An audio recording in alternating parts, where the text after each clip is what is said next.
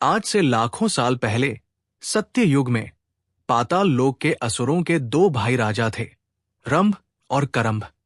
उनके कोई संतान नहीं थी, जिससे वे बहुत दुखी थे। इस दुख से बाहर निकलने के लिए उन्होंने देवताओं की तपस्या करने का फैसला किया। रंभ ने अग्निदेव को प्रसन्न करने के लिए आग के घेरे के बीच में बैठकर तपस्या की, जबकि करंभ ने वरुण देव को प्रसन्न करने के लिए एक झील में आधे डूबे रहकर तपस्या शुरू की। कुछ साल बीत गए और इंद्रदेव को इस तपस्या के बारे में पता चला।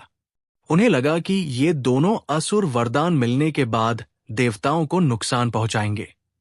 इसलिए एक दिन इंद्रदेव धरती पर आए और उस झील के पास खड़े हो गए जहां करंभ तपस्या कर रहा था।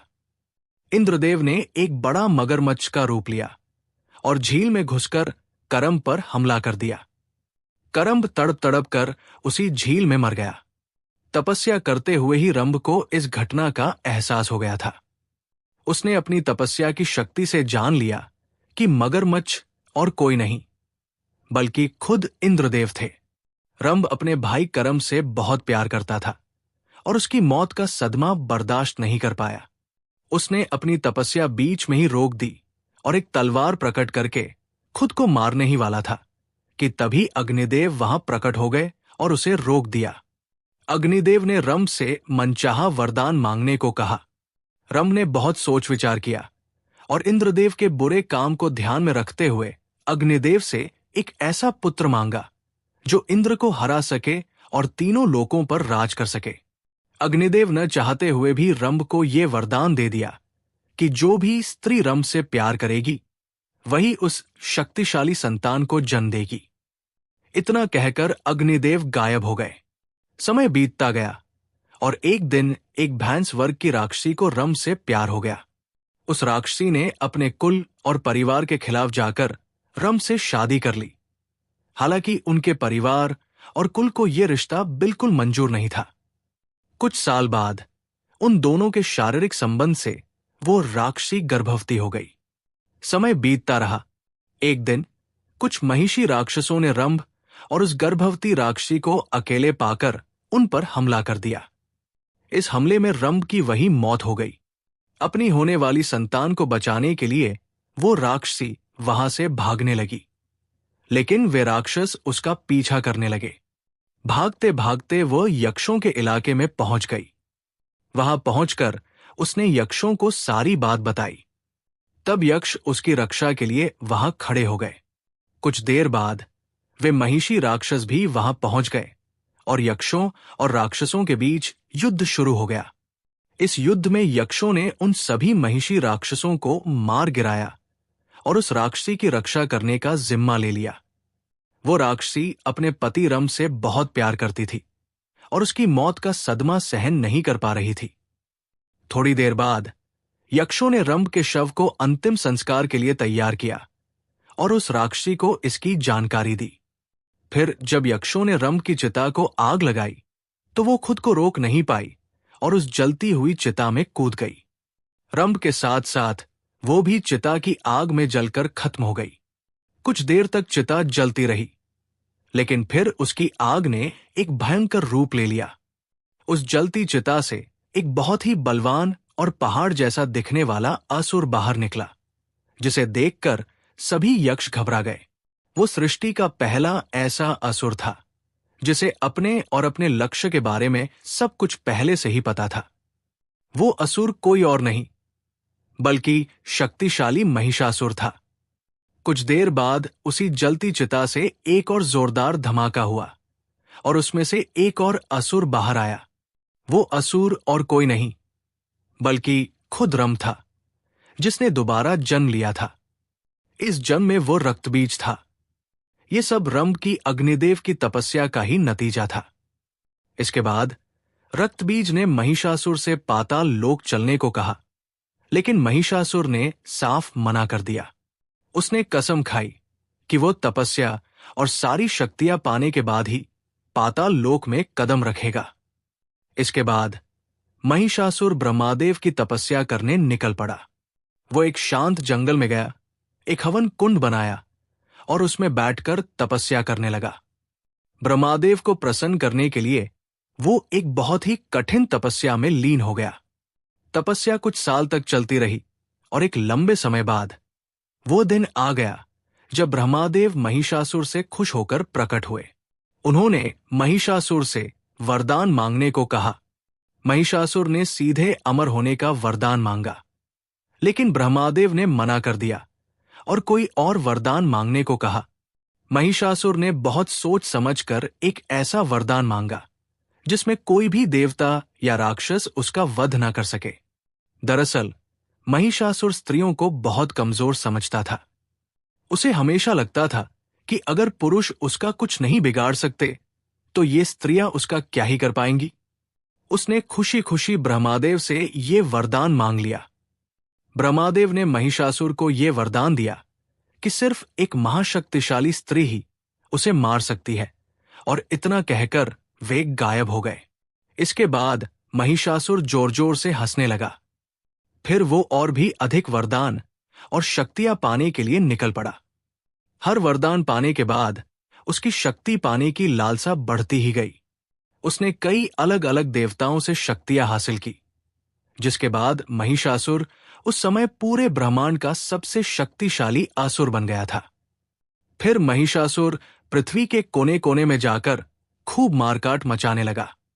उसने दूसरे असुरों को आसानी से हराकर अपना राज फैलाना शुरू कर दिया। धीरे धीरे पूरी धरती उसके काबू में आ गई।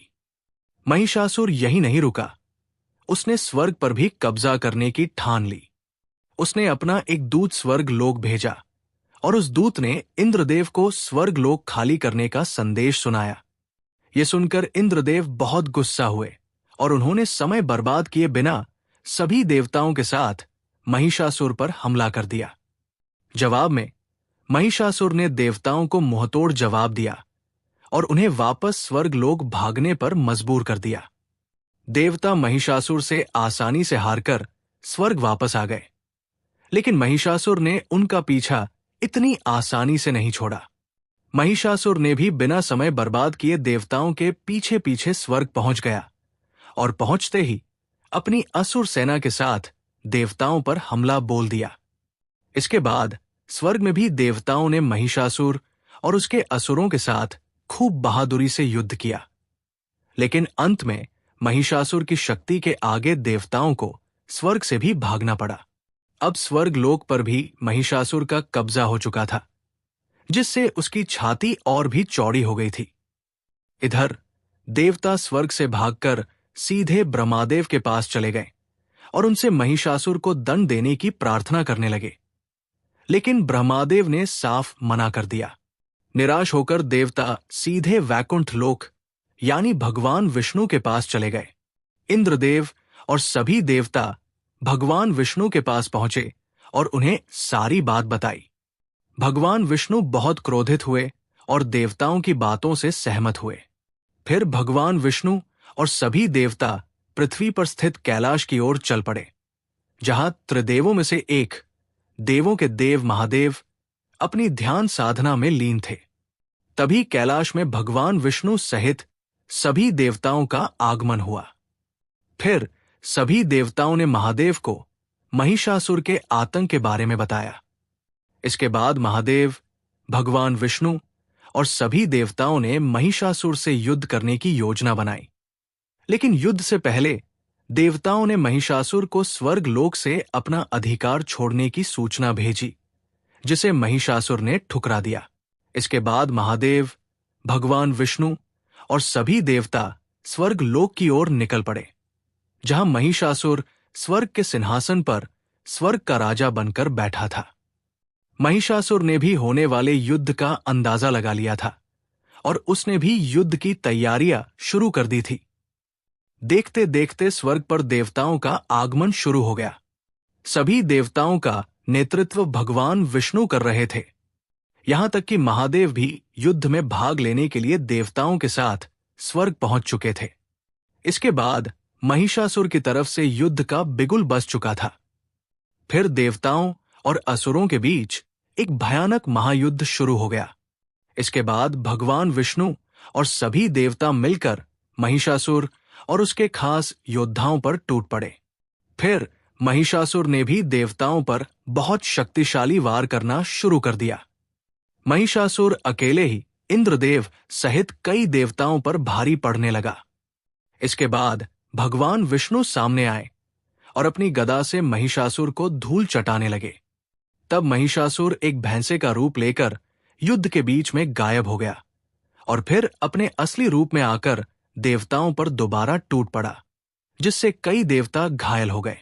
इधर महादेव अपने त्रिशूल से महिषासुर की असुर सेनाओं को खत्म करते जा रहे थे।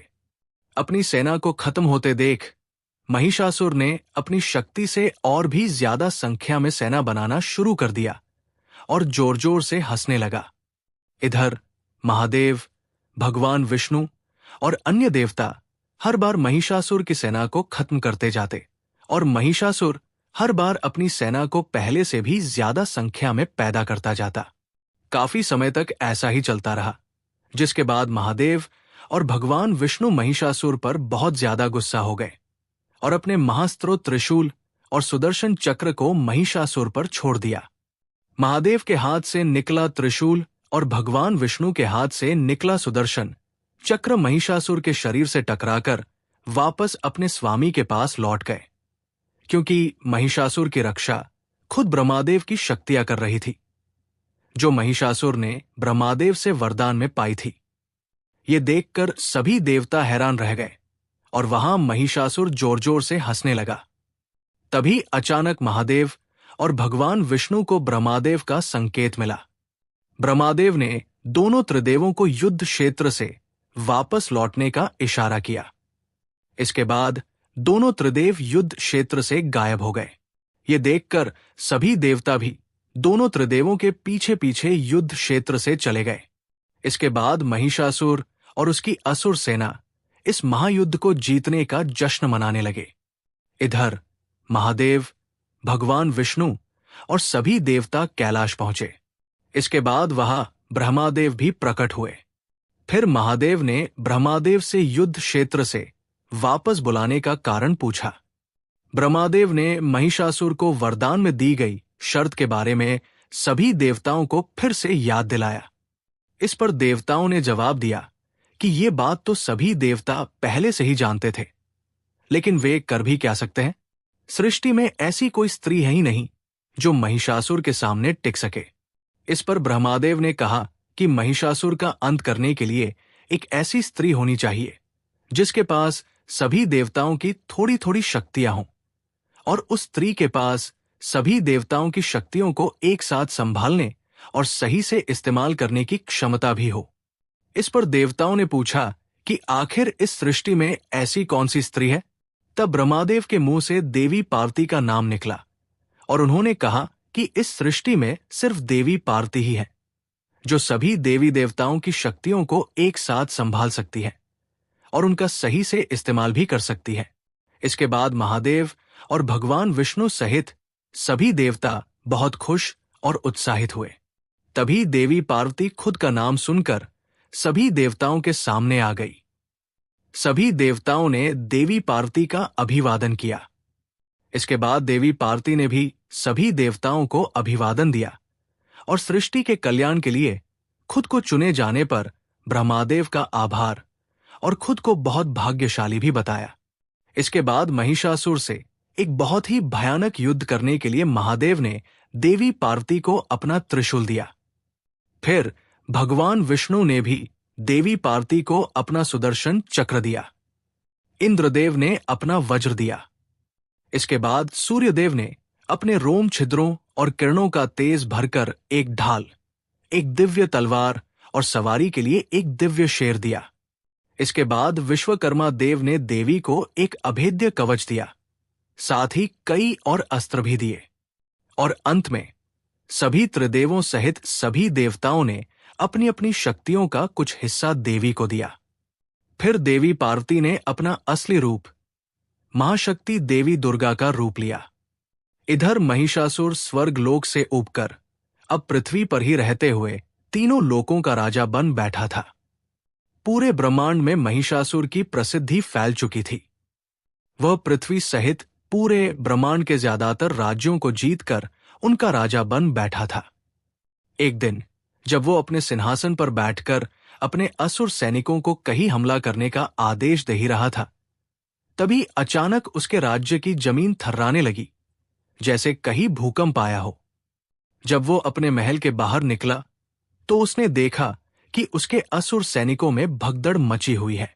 इसके बाद उसका ध्यान दूर से आ रहे एक विशाल शेर पर सवार एक बहुत बड़ी स्त्री पर गया, जिसकी कई भुजाएं थी और जिसके बहुत लंबे बाल हवा में लहरा रहे थे। उस स्त्री के आने से ही पूरी जमीन हिल उठी थी। उस शेर पर सवार स्त्री को देखकर महिषासुर हैरान रह गया और समझ गया कि वो स्त्री अब सीधे उसके राज्य पर ही हमला करने वाली है। फिर महिषासुर ने उस विशाल स्त्री को रोकने के लिए अपने सेनापति त्रिनेत्र को लगभग 5 लाख असुर सेना के साथ भेज दिया। त्रिनेत्र और उसके असुर सैनिक उस विशालकाय स्त्री के पास तो पहुंच गए, लेकिन देवी दुर्गा के सामने एक पल भी टिक नहीं पाए। देवी दुर्गा ने अपने कुछ ही हमलों से त्रिनेत्र सहित उसके लाखों असुर सैनिकों को वहीं मौत के घाट उतार दिया। महिषासुर दूर अपने महल में खड़े खड़े ये सब होता हुआ देख रहा था, लेकिन उसे अपनी आंखों पर विश्वास नहीं हो रहा था। कुछ देर बाद जब देवी दुर्गा उसके महल के पास आई और महिषासुर को युद्ध के लिए ललकारा, तब महिषासुर देवी दुर्गा के बहुत सुंदर रूप को देखकर काम वासना से भर उठा। फिर वो देवी दुर्गा के पास गया और उनके सामने सीधे शादी का प्रस्ताव रख दिया। ये सुनकर देवी दुर्गा महिषासुर पर बहुत क्रोधित हो गई और दोबारा उससे युद्ध करने को कहा। इसके बाद महिषासुर जोर जोर से हंसने लगा, जिससे देवी दुर्गा का गुस्सा और भी बढ़ गया। फिर महिषासुर ने देवी दुर्गा से ये बात कह दी कि वो स्त्रियों को युद्ध के लायक नहीं समझता, बल्कि स्त्रियां तो सिर्फ पुरुषों की काम वासना पूरी करने के लिए होती है। इस पर देवी दुर्गा के अंदर गुस्से की आग जलनी शुरू हो गई, लेकिन फिर देवी दुर्गा ने अपने गुस्से को शांत करते हुए बहुत चतुराई से काम लिया। उन्होंने महिषासुर के सामने एक प्रस्ताव रखा कि अगर महिषासुर उन्हें युद्ध में हरा देता है तो वो खुद खुशी खुशी उससे शादी कर लेंगी। ये सुनकर महिषासुर जोर जोर से हंसने लगा और बहुत उत्सुकता के साथ युद्ध के लिए मान भी गया।